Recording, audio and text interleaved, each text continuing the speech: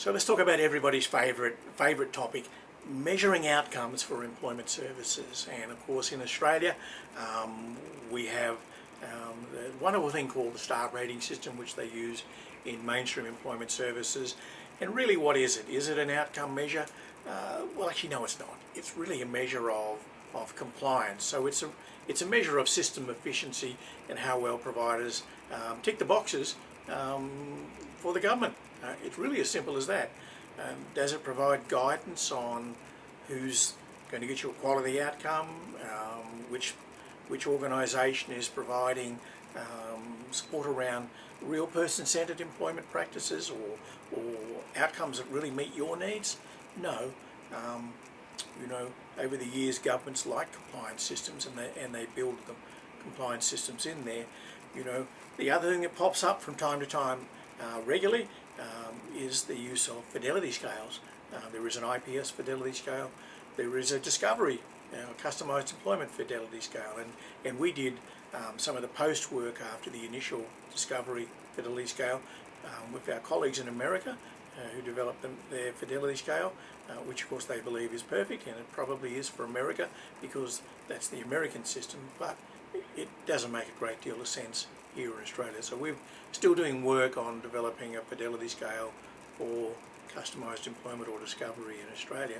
The IPS scale, of course, as you well know, is based on 25 elements, and they're really about ensuring people tick the number of boxes to actually be closer to the IPS methodology, particularly as it relates to mental illness.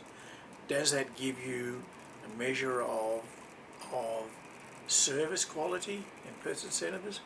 No, it doesn't. And so that brings us to the really interesting situation where we have person-centered employment systems, but we actually don't have outcome measures that measure the quality of the outcome, but more importantly, the impact of that service, that job, on you, the individual. Because at the end of the day, what's more important? You get a good service, yes, but the real thing is, I got the job I wanted, and what did it do for you, and how did it change your life, your quality of life? Now, we haven't got those measures.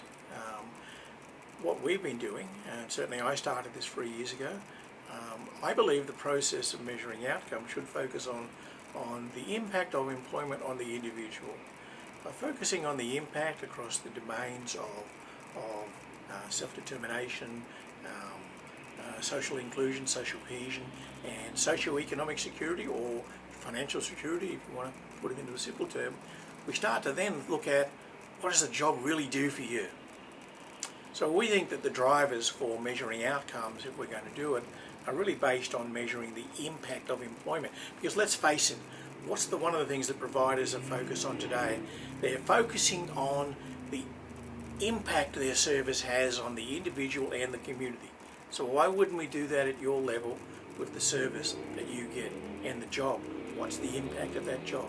So we've been developing an outcome measure that focuses on the impact of employment on you, the individual. The theoretical components are done. This has been 3 years in the making.